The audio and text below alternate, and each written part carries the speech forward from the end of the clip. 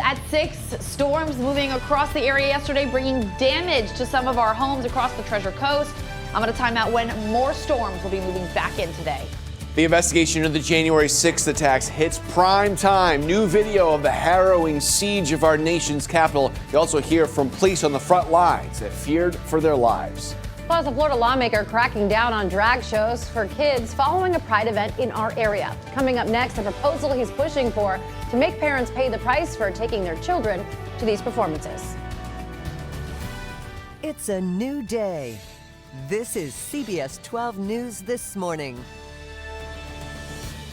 Well, this morning, residents in St. Lucie County continue to clean up the damage from another round of thunderstorms. Good morning, I'm Matt Lincoln. And I'm Terry Hornstein. Take a look. You're looking at images of homes that were damaged overnight in the Spanish Lakes Golf Village. That's in Port St. Lucie. Yeah, it's been a rough week for our friends in St. Lucie County. Roofs torn off here, parts of the sides of homes ripped off.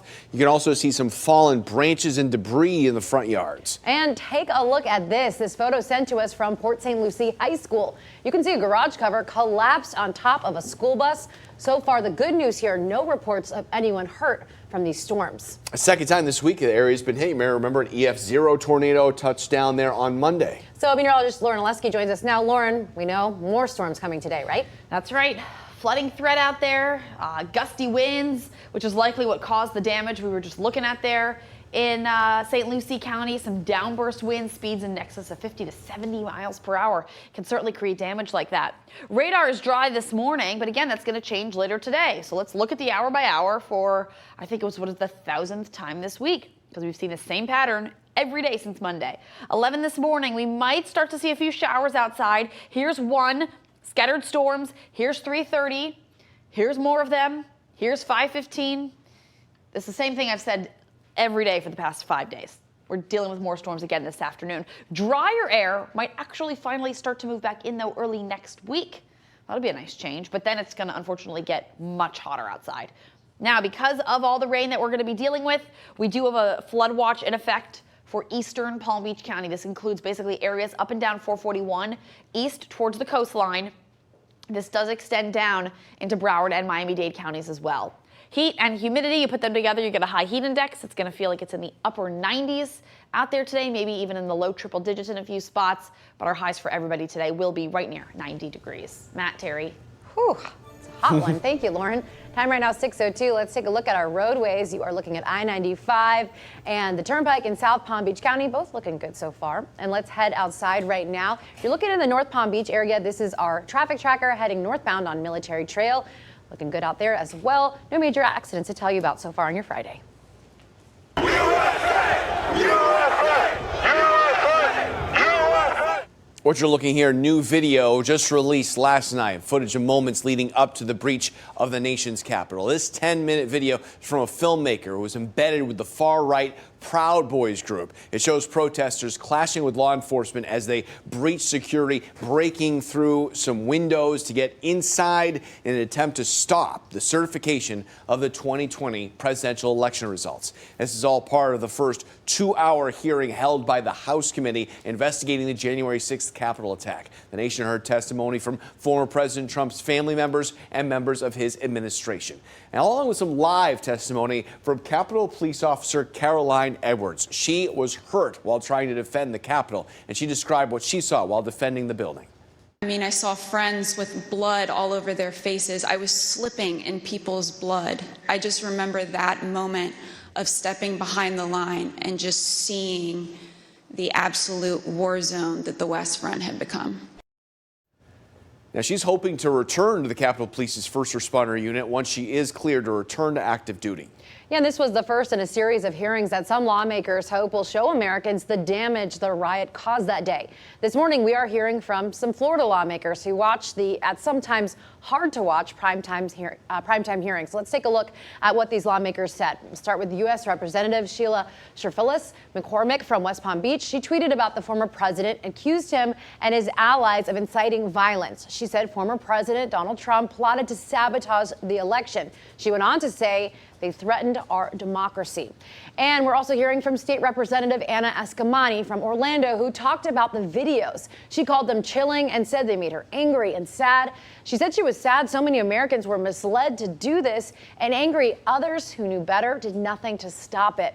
And let's take a look at one more, this one from Representative Mario Diaz-Balart from the Miami area. He said the hearings were a blatant attempt to distract the American people from the failed policies of the Democratic Party. We went through every Republican lawmaker's accounts, and so far he is the only one to comment after this first hearing. Well, last night's hearing, just the first of 6. The next hearing's on Monday at 10 a.m. You can watch the hearings right here on CBS 12 News and online. Yeah, this morning, the clock is ticking for Florida lawmakers to weigh in on calling for a special session to address gun laws following recent mass shootings across our country. Lawmakers have until 3 this afternoon to cast their votes. They would focus on regulating high-capacity rifle magazines, universal background checks, and expanding some red flag laws. In order for a special session to be held, it needs support from 60% of the members of the House and Senate. The governor has already made it very clear he does not want to have this special session. And tomorrow, people across the country take to the streets to call for gun reform. March for Our Lives says there are more than 450 protests planned in at least 45 states and all around the world. The organization was founded by students after the Parkland school shooting. Right now, preparations are underway in Washington, D.C. Attendees are set to gather tomorrow at the Washington Monument. Speakers will include survivors of gun violence and leaders from March of Our Lives. The marches closest to us include the Roosevelt Bridge in Stewart, also in Parkland, Weston, and Miami. Yeah, and right now people across the nation are celebrating Pride Month, and it comes at a time Florida lawmakers are taking aim at drag shows. This comes after a controversial video went viral showing children attending such a show in Dallas, Texas. This is the video right here you're looking at. And just this past weekend, there was a drag show specifically marketed for children right here in downtown West Palm Beach. CBS 12's Kara Duffy joins us live from Clematis Street. And Kara, what does this controversial proposal include? Good morning, Terry. If it was up to one GOP lawmaker, adults who bring children to a drag show here in Florida could not only face a felony charge, but possibly have their parental rights terminated. As you mentioned, we just saw that video there from Dallas, but also right here in downtown West Palm Beach just last weekend, a drag show marketed for children as part of the Pride Block event here. Florida State Representative Anthony Sabatini now wanting the topic brought up as soon as the next legislative session. He's already doing some legwork right now to get it done, launching an online petition to ban drag shows aimed at children. It already has thousands of signatures. Allies and members of the queer community arguing, though, that drag is just like any other performance, saying there's a time and place for child-friendly events, and believe that proposals like this one come from a place of misunderstanding. Take a listen. It makes me extremely sad and very angry to see such misinformation spread. If you look at your lineup of movies when you go to a movie theater, you're going to know what's rated G, PG, PG-13, and R. And you're going to use common sense for whether you're going to take your kids into those movies. Representative Sabatini, however, insists more must be done. He even took to Twitter questioning, quote, when will the sexualization of children stop? And that Terry, Governor Ron DeSantis has already indicated that he would support a measure like this one. Back to you. Thank you, Kara. The time right now, 6:08, still ahead. The recent death of American tourists at a resort in the Bahamas, raising questions whether carbon monoxide detectors could have saved them. Our I-Team went straight to a safety expert for answers. How could that have been a game changer in this? They would be back with their families talking about the great vacation they had at Sandals. We have a special I-Team report that's coming up in just 20 minutes. And you know you've made it in South Florida when you own waterfront property, but not like this. What some residents are dealing with after all this rain, we'll tell you one community that is feverishly trying to pump the water out. And before we head to break, let's take a live look this morning in Sebastian. Someone out there having some fun so far this morning. Stay with us. You're watching CBS 12 News.